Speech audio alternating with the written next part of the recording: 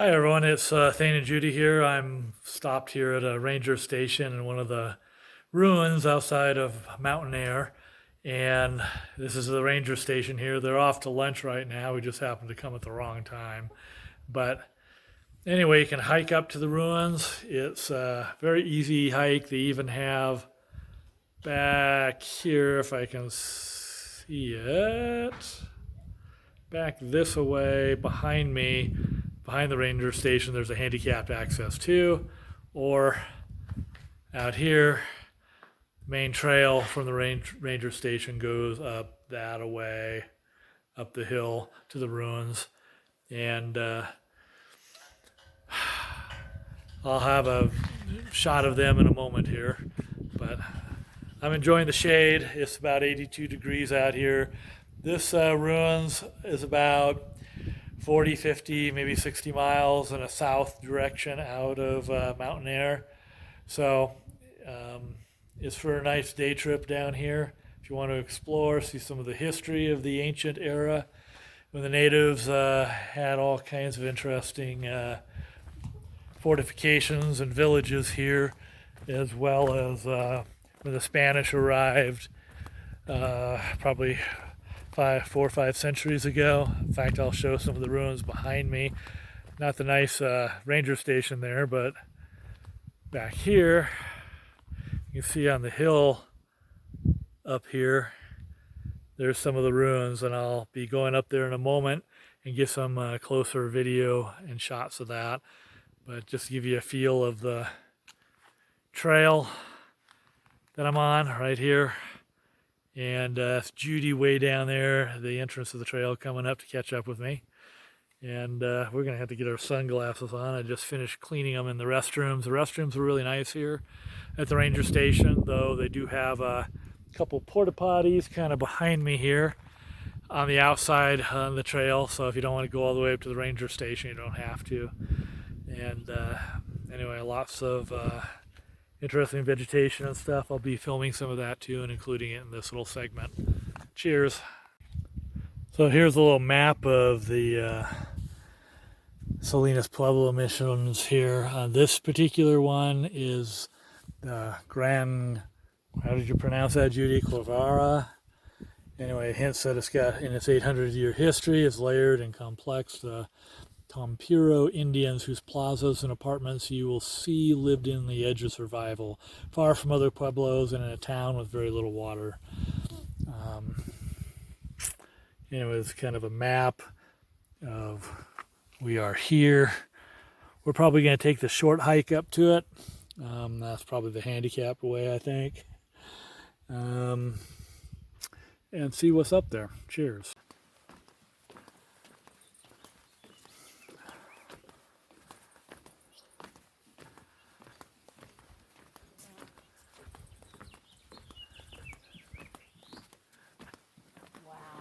Just amazing.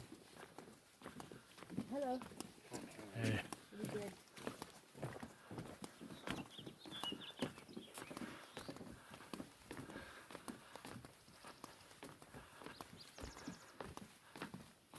I'm going to take a little shot of this too.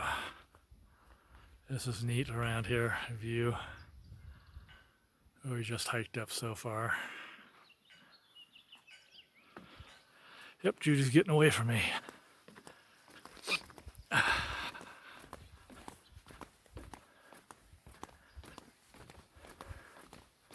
can really tell I'm out of practice. It's beautiful. Yeah. Yeah.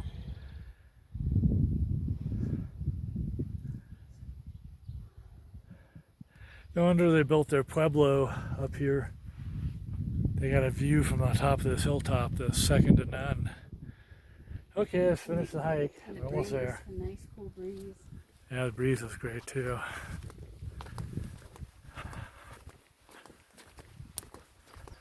Hello.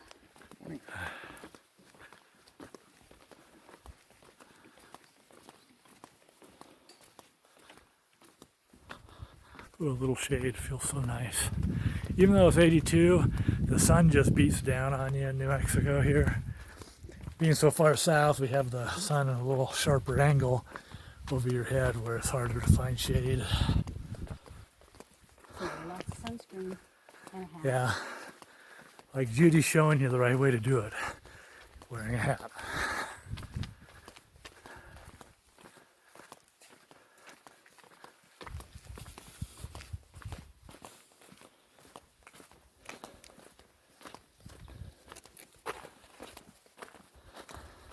Wow, look at that.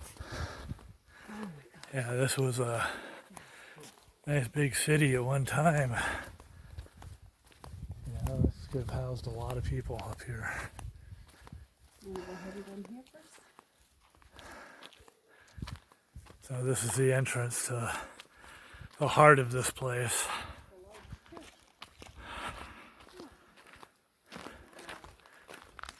See what it says. Larger church. Okay, this was the Spanish doing this work, which is kind of looks like it's more of a cement than an adobe with the rocks that they assemble. Massive walls of this complex started after a new priest, Diego, help me pronounce that, D. Santander, Yeah, sometimes. was assigned to live here in 1659. Men of this pueblo carved and placed the wooden beams. Women and children mixed mud, mortar, laid stones, plastered the walls. The convento rooms to your left were finished by 1670, when all work came to an abrupt halt. So it's also in English and in Spanish, which is really awesome. Yeah. So that's cool. But you get an idea, I'll zoom up here, just how it was laid out, and how they were doing the assembly to build this fortress, which is no doubt on the same grounds as the natives and their pueblo they had up here before the Spanish arrived.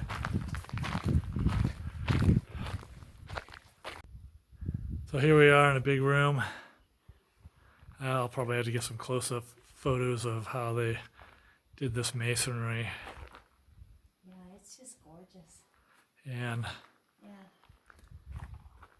of course, just imagine this windowsill and the view out here that someone had. Judy's enjoying the view now. But yeah, you can just watch the storm clouds rolling in.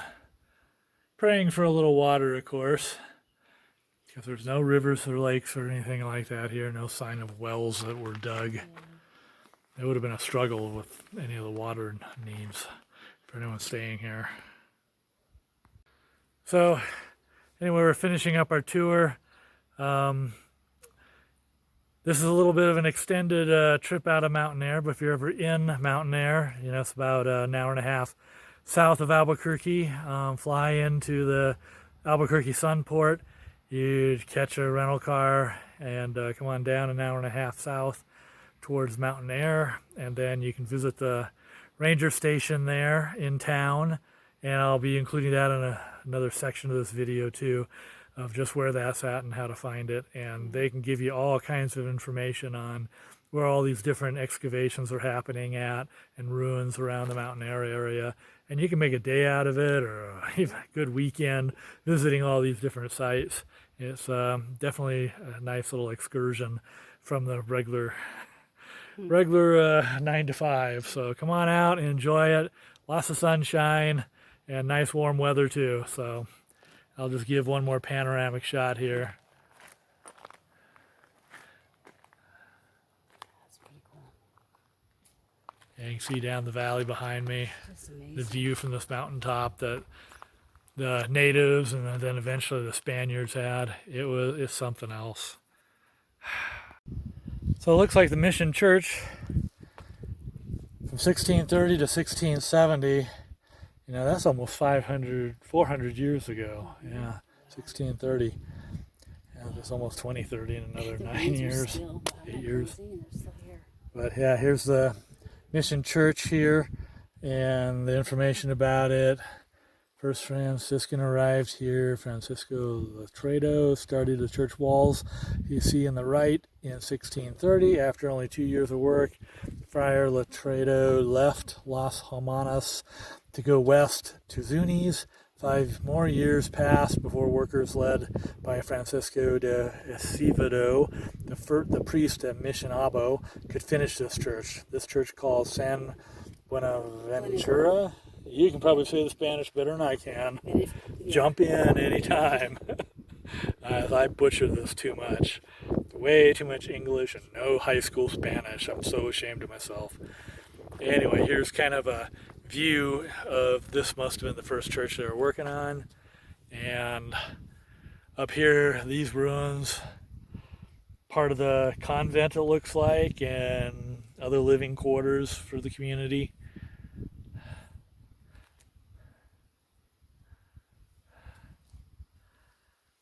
Out to the west, storms slowly coming through. Okay, so here we are. It looks like this part, sweat room, kivas painted all over with large and small idols in the same manner they paint devils here. In the middle are sculpted idols of stone or wood, which they would offer maize, small birds of various colors, reeds, lizards, and other reptiles when they make a sacrifice, and they all join in a great circle dance. This is all about the underground worship that happened here and coexisted with early church here for some while, but then by the 1660s, the church ended and disallowed any kind of traditional native non-Christian ceremonies in underground rooms in the Pueblo complex. And many of the hidden kivas have been found among these walls where the natives used to practice their ceremonies. And there's a big pit here that might have been part of it with these other church ruins that were down below us here. And more remnants over there. It just goes on and on. There's a lot to see here. And here's more remnants further up here. Okay, another plaque on our way down. Let's see that. Here's another big ceremonial kiva that the natives must have used for various worship that the Franciscans didn't really care much for. And another one over there. Yeah, this was quite a big area for celebrating and worshiping as they did in their day.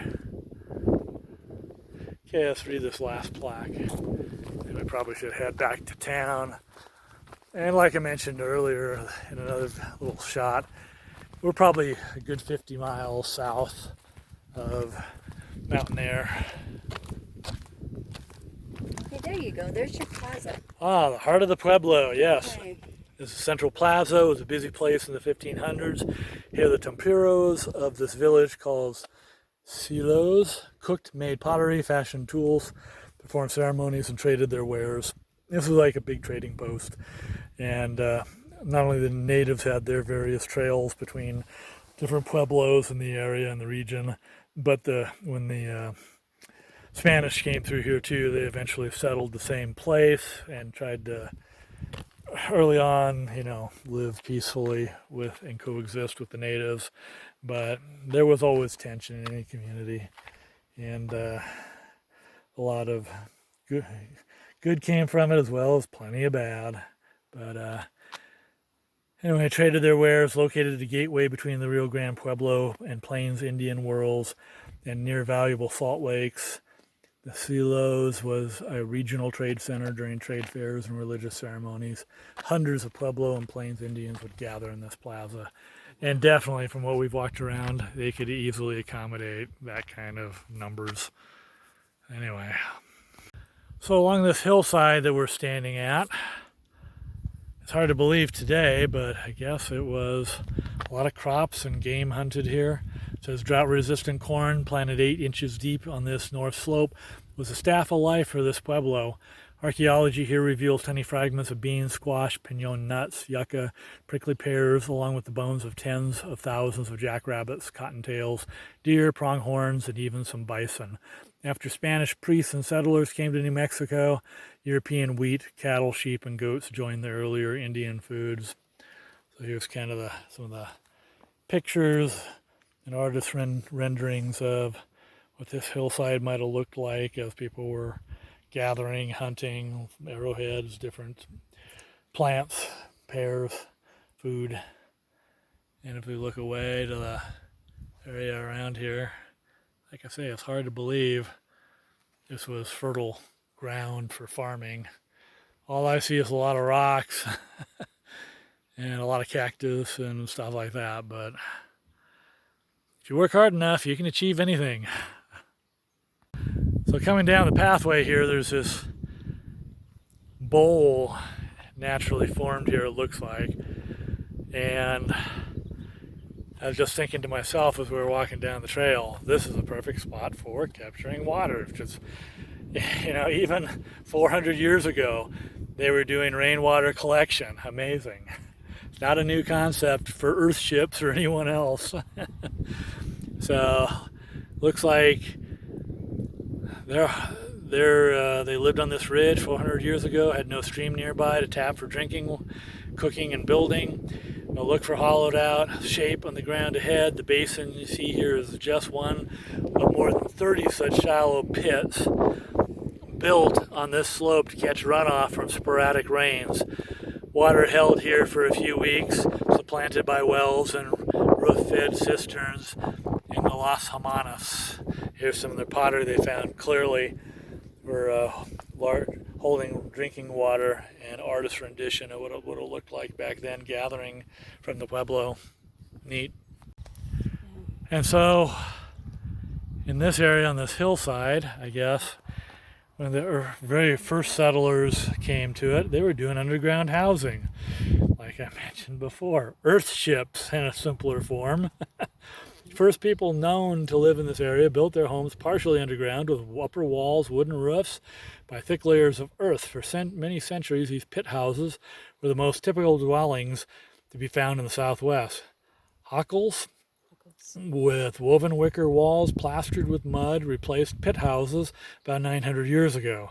Above-ground stone pueblos like Las Hermanas behind you began to appear only in the 1300s. So this is kind of like a rendering of what it would have looked like, carving into the hillside and building a little cover from the southwest heat here.